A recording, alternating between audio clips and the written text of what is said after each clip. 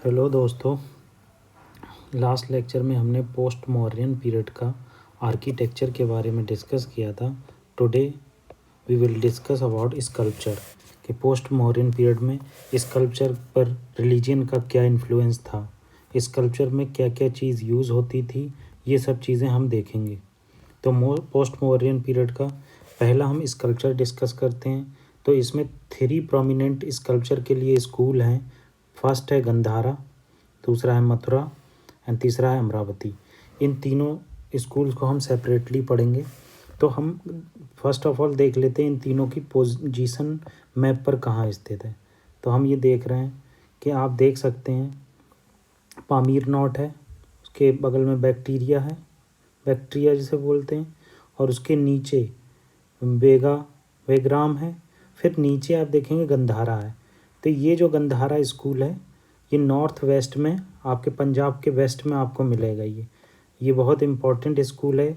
इसकी इम्पोर्टेंस इसलिए है क्योंकि हेलेनिस्टिक फीचर इसमें आते हैं, ग्रीक का इन्फ्लुएंस इसमें दिखता है। फिर बीच में हम देखेंगे यमुना वैली में मथुरा है, यूपी के साउथर्न साइड में। और फिर हम देखेंगे अमरावती जो आंध्र प्रदेश की सेकंड राजधानी बनने वाली है, क्योंकि वहाँ पर एक बिल प्रस्तुत किया गया है।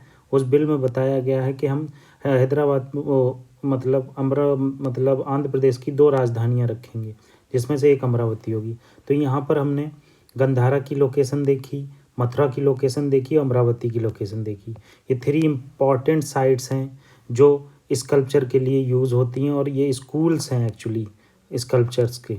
अब हम जैसे जैसे आगे बढ़ेंगे तो गंधारा स्कूल के बारे में देखेंगे और मथुरा स्कूल के बारे में देखेंगे। तो थोड़ा सा आप उनकी पिक्चर्स का व्यू देख लीजिए कि मथुरा स्कूल में ड्रेपरी पड़ी होती थी। ड्रेपरी मतलब होता है, देखिए यहाँ पर आगे हम डिफरेंस पढ़ेंगे, मगर आप अभी इमेज देख लीजिए कि गंधारा में इमेज क्या है, हेलेनिस्टिक इन्फ्लुएंस है। बाल घुंघराले मिलेंगे, बदन पे शॉल पड़ी होगी। जबकि जो मथुरा स्कूल है उसका आप देखेंगे बाल घुंघराले नहीं है, छोटी सी नॉट है, फिर बदन पे नहीं पड़ी है शॉल। ये सब चीज़ें हम आगे देखेंगे।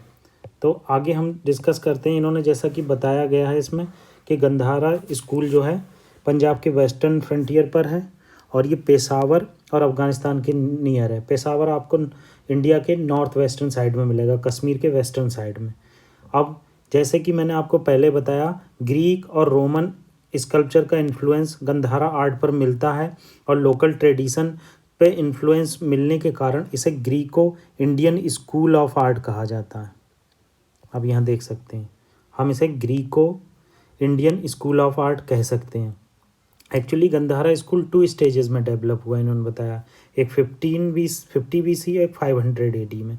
तो जो 50 BC थी उसमें व्लस ग्रे सैंडस्टोन यूज़ होता था, उसके बाद मड और स्टोको यूज़ होने लगा। तो ये सब गंधारा स्कूल के बारे में छोटी छोटी चीज़ें बताई गई। आपको मैं सबसे ज़्यादा इम्पॉर्टेंट चीज़ बता देना चाहता हूँ। सबसे इम्पॉर्टेंट गंधारा स्कूल में यही चीज़ है कि इसमें ग्रीक का इन्फ्लुएंस मिला था। ये चीज़ बस आप याद रखना, और आगे हम डिफरेंस पढ़ेंगे इसके बारे में।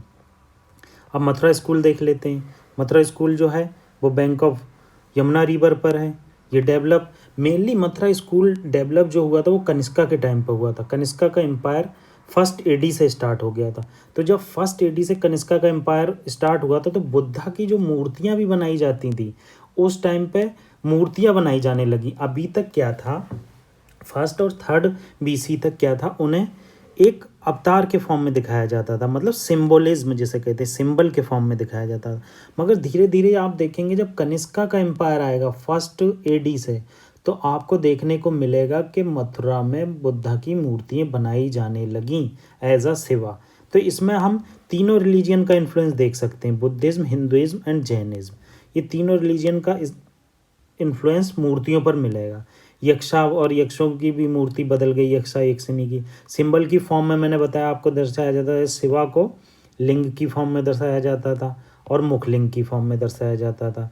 ये चीज़ इम्पॉर्टेंट है। और बुद्धा जो दिखाए गए थे पद्मा पानी होल्डिंग है, पद्मा पानी लोटस पकड़े हुए है, और वज्रपानी जो है थंडर बोल्ट है उसके हाथ में। तो ये सब चीज़ें हम आगे डिफरेंस देखेंगे। मगर आप एक चीज़ जान लीजिए कि मथुरा स्कूल जो है कनिष्क के आने से बहुत चेंज हो गया और मूर्तियाँ बुद्धा की बनाई जाने लगी। ठीक है, और तीनों रिलीजन का इन्फ्लुएंस वहाँ की मूर्तियों में दिखने लगा। तो हमने ये 2 स्कूल डिस्कस किए। नेक्स्ट लेक्चर में हम अमरावती स्कूल डिस्कस करने के बाद उसके डिफरेंस डिस्कस करेंगे। Thank you.